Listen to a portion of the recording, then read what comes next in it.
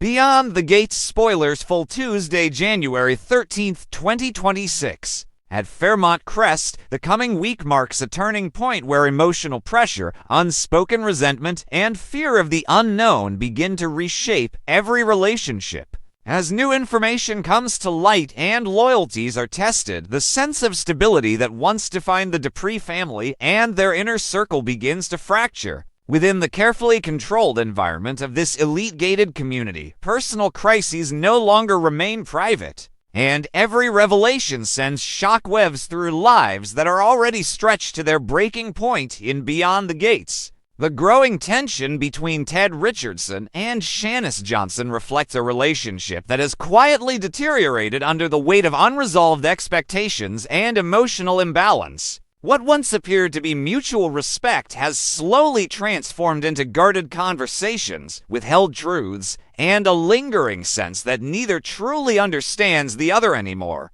Ted's instinct to compartmentalize problems clashes with Shanice's need for transparency and emotional accountability, and as external pressures mount within Fairmont Crest, their differences become impossible to ignore. Each interaction feels increasingly strained, as though they are standing on opposite sides of an invisible fault line, both aware that one wrong step could cause everything to collapse. At the same time, Chelsea Hamilton prepares to deliver news that carries significant implications, not only for herself, but for those who orbit her life. While the details remain closely guarded, the anticipation surrounding her announcement creates a palpable sense of unease. Chelsea's position within Fairmont Crest has always been precarious, shaped by expectations, ambition, and the silent judgments of those who believe they know her story. Whatever she reveals threatens to disrupt the delicate balance of power and perception, forcing others to confront truths they may not be ready to accept. In a community where image is currency, Chelsea's news has the potential to redefine alliances and expose vulnerabilities long hidden beneath polished facades. Adding to the volatility of the week is the arrival of a new figure, portrayed by Jordi Villasuso, whose entrance into Fairmont Crest immediately raises questions about motive and intent. Newcomers rarely arrive without purpose, and his presence feels anything but coincidental. There is an undeniable sense that his character is woven into the fabric of existing tensions, poised to influence events in ways that are not yet fully visible. Whether he becomes a stabilizing force or a catalyst for chaos remains uncertain. But his introduction signals that the landscape of Fairmont Crest is about to change in ways that cannot be easily undone. The emotional center of the week, however, belongs to Donnie Dupree, whose life is irrevocably altered after receiving a positive genetic test indicating markers associated with cancer. The news lands with devastating force, not just for Donnie, but for the entire Dupree family, who are suddenly confronted with the fragility they have long tried to deny. In response, the family closes ranks around her, offering unwavering support alongside Anita Dupree, who understands all too well the emotional toll such information carries. Their solidarity becomes a quiet act of resistance against fear, a reminder that even within a world defined by control and appearances, vulnerability still has the power to unite. Yet, this show of unity is complicated by the reaction of Nicole Dupree, whose own test results come back negative. Rather than feeling relief, Nicole spirals into emotional instability, overwhelmed by survivor's guilt and a profound sense of injustice. Her rational mind tells her she should be grateful, but her heart is consumed by the question of why she was spared while others must suffer. This internal conflict erodes her composure, leading to moments of emotional volatility that catch even her closest allies off guard. Nicole's loss of control underscores a painful truth. Sometimes being spared is its own kind of burden, one that demands a reckoning with privilege, fate, and responsibility. As the week progresses, the strain becomes especially evident for Anita, who finds herself pushed to the limits of endurance. Having already begun chemotherapy in the episode airing on Friday, January 9th, she is physically weakened even as new emotional challenges emerge. Donnie's diagnosis compounds her exhaustion, leaving Anita feeling as though every reserve of strength has been drained. The matriarch who once stood unshaken now grapples with moments of quiet despair, questioning how much more she can endure. Her vulnerability humanizes her in ways rarely seen, revealing the cost of carrying an entire family's pain while fighting her own private battle for survival. Despite the mounting pressure, Donnie does not face her fears alone. She draws strength from her close friendship with Pamela Curtis, whose support provides a rare sense of normalcy amid the chaos. Pamela's presence is grounding, offering Donnie a space where fear can be acknowledged without judgment and hope can exist without pretense. However, even this fragile sense of stability is threatened when tension arises between Donnie and Haley Hamilton. Their conflict, rooted in unspoken resentments and differing perspectives, quickly escalates into open confrontation. What begins as a disagreement becomes a reflection of deeper emotional wounds, exposing how stress and fear can fracture even the strongest bonds. By the end of the week, Fairmont Crest feels irrevocably changed. Relationships are strained, secrets loom closer to the surface, and the illusion of control that once defined this community is slipping away. Each character stands at the edge of a personal crossroads, forced to confront truths that cannot be ignored any longer. In a place built on power, legacy, and silence, the events of this week make one thing painfully clear: no gate is strong enough to keep fear, guilt, and truth from finding their way inside. The atmosphere at Fairmont Crest grows heavier as genetic uncertainty spreads through the Hamilton sisters, transforming private fear into a shared reckoning that no one can escape.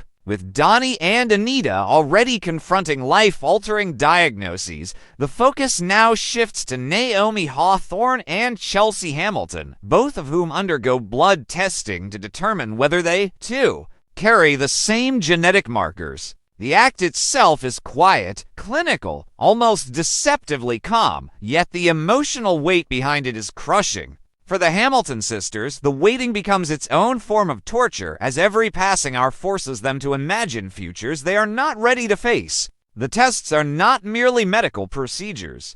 They are a confrontation with legacy, inheritance, and the cruel randomness of fate that seems to hover over Fairmont Crest like an unspoken curse. Chelsea, in particular, finds herself standing at the center of a storm she did not choose. As her test results loom, she prepares to deliver important news to the Dupree family, information that could alter how they see her and how she sees herself within their powerful orbit. Chelsea has long lived in the shadow of expectations, often underestimated, often scrutinized, and now the truth she carries threatens to redefine her role entirely. Whatever she reveals will not exist in isolation. It will ripple outward, intersecting with Donnie's diagnosis and Anita's ongoing chemotherapy, forcing the family to confront the reality that strength and vulnerability are no longer neatly divided among them. Meanwhile, Naomi's ordeal does not end with the blood draw. The pressure she feels from Jacob Hawthorne begins to intensify, particularly regarding the question of continued therapy. Jacob's concern is genuine, rooted in a desire to help Naomi cope before fear consumes her, yet his insistence feels suffocating. Naomi struggles with the sense that even her emotional responses are being managed, monitored, and evaluated. The more Jacob pushes, the more she resists, caught between acknowledging her need for support and reclaiming control over her own healing. Their dynamic becomes a quiet battleground, one where love and frustration coexist uneasily, each conversation layered with unspoken tension.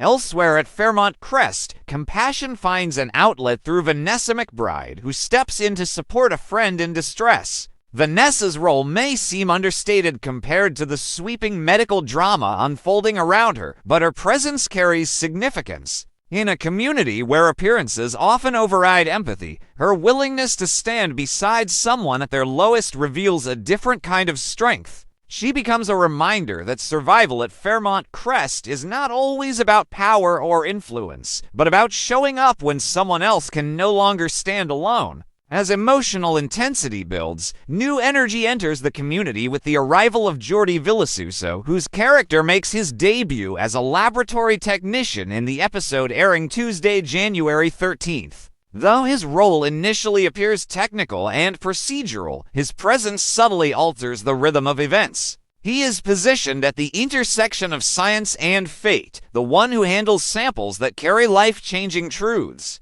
His introduction reinforces the theme that even seemingly peripheral figures can wield enormous influence, particularly when they stand between characters and the answers they desperately seek. At the same time, personal boundaries blur as Ashley Morgan embarks on a romantic path with Grayson Perez. Their connection unfolds against the backdrop of mounting stress, making it feel both intoxicating and dangerous. For Ashley, the relationship represents an escape from constant responsibility, a chance to feel desired rather than burdened. Yet Fairmont Crest is not a place that allows happiness to exist without consequence, and their growing closeness does not go unnoticed. When a nurse later updates both Naomi and Shanice Johnson on critical developments, it becomes clear that professional environments and personal entanglements are beginning to overlap in ways that could prove disastrous. As the week draws closer to its end, suspicion and jealousy surface through Derek Baldwin, who reacts sharply to what he believes he has seen.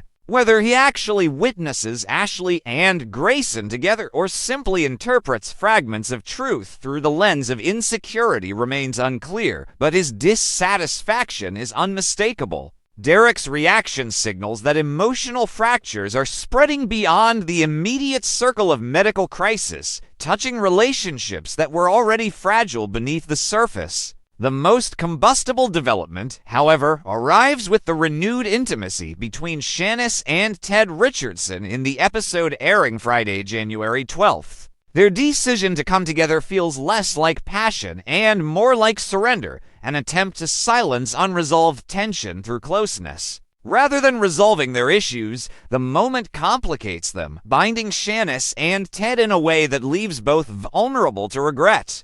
Almost immediately, the emotional consequences begin to surface as Ted turns his attention toward Eva Thomas, pressing her with questions that cut too close to the truth. Eva's resulting inner conflict places her directly at odds with Catherine Richardson, igniting a clash that hints at deeper secrets and divided loyalties. By the time the week concludes, Fairmont Crest feels charged with unresolved emotion and looming consequence. Genetic tests, romantic entanglements, and moral confrontations converge, leaving no character untouched. What began as a medical storyline has expanded into a broader examination of control, fear, and the cost of intimacy in a world where every decision is watched and every weakness remembered. Within the gates of this elegant community, certainty remains elusive, and the answers everyone seeks may prove far more destabilizing than the questions themselves.